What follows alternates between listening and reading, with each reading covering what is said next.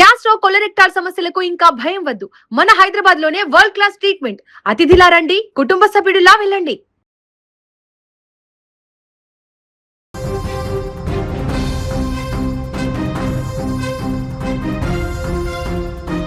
Rifle షూటింగ్లో లక్ష్యాన్ని గురిచూసి కొట్టడం నేర్పించే కోచ్. అతడి నిజమైన గురి క్రీడల మీద కాదు, అమాయక మహిళలు, వారి సంపద మరియు ప్రాణాల మీద. కాకినాడలో ఒకే కుటుంబానికి చెందిన వారు గోదావరిలో దూకి ప్రాణాలు తీసుకున్నటువంటి ఘటన వెనుక దాగిన భయానక నిజాలు ఇప్పుడు వెలుగులోకి వస్తున్నాయి. మాటలతో మభ్యపెట్టి, బెదిరింపులతో నరకం చూపించి, ఆస్తిపాస్తులు లాక్కొని చివరకు ఒక నిండు కుటుంబాన్ని బలి తీసుకున్నాడు కీచక కోచ్ సాదిక్. పిఠాపురం పంచాయతీరాజ్ ఏఈ తిల్లాపూడి నూకరాజ్ సమాజంలో మంచి పేరున్నటువంటి వ్యక్తి. ఆయన మనవడు కార్తికేయ రైఫిల్ షూటింగ్ నేర్చుకోవడానికి కాకినాడలోని సాదిక్ ఖాన్ అకాడమీకి వెళ్లడంతో కథ మొదలైంది. బాలుడికి శిక్షణ ఇచ్చే క్రమంలో అతడి తల్లి సౌజన్యతో సాదిక్ ఖాన్ మాటలు కలిపాడు. తన తీయటి మాటలతో ఆమె నమ్మకాన్ని చూరగొన్నాడు. క్రమంగా ఆ ఇంటి వ్యవహారాలన్నింటిలో తలదూర్చడం మొదలుపెట్టాడు. కానీ ఆ ముసుగు వెనుక ఉన్నది నయవంచకుడన్న విషయం ఆ కుటుంబానికి మొదట్లో అర్థం కాలేదు.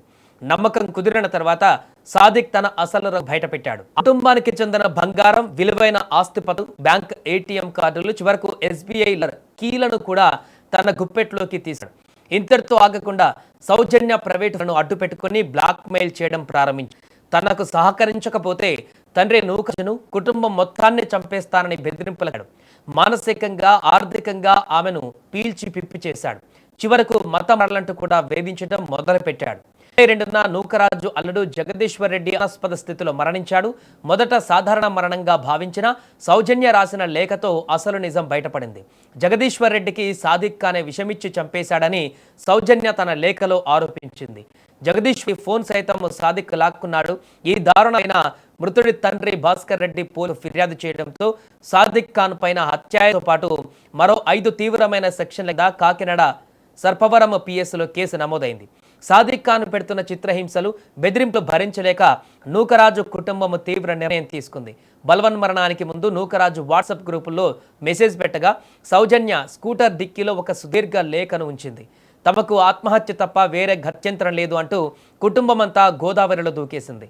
అయితే అదృష్టవశాత్తు కార్తికేయ ప్రాణాలతో బయటపడడంతో ఈ విషయం పోలీసులకు తెలిసింది. లేఖలోని విషయాలు చదివిన పోలీసు అధికారులు సైతం ఖాన్ క్రూరత్వాన్ని చూసి విస్తుపోయారు.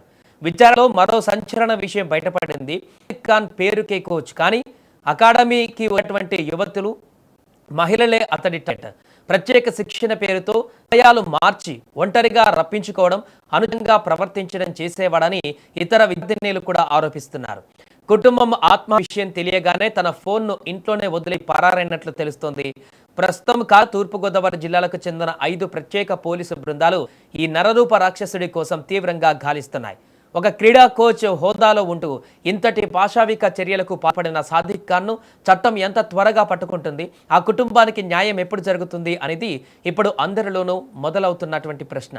ఇలాంటి మోసగాళ్ల పట్ల ప్రజలు ఎంత అప్రమత్తంగా ఉండాలో ఈ ఘటన మరొకసారి గుర్తు చేస్తోంది.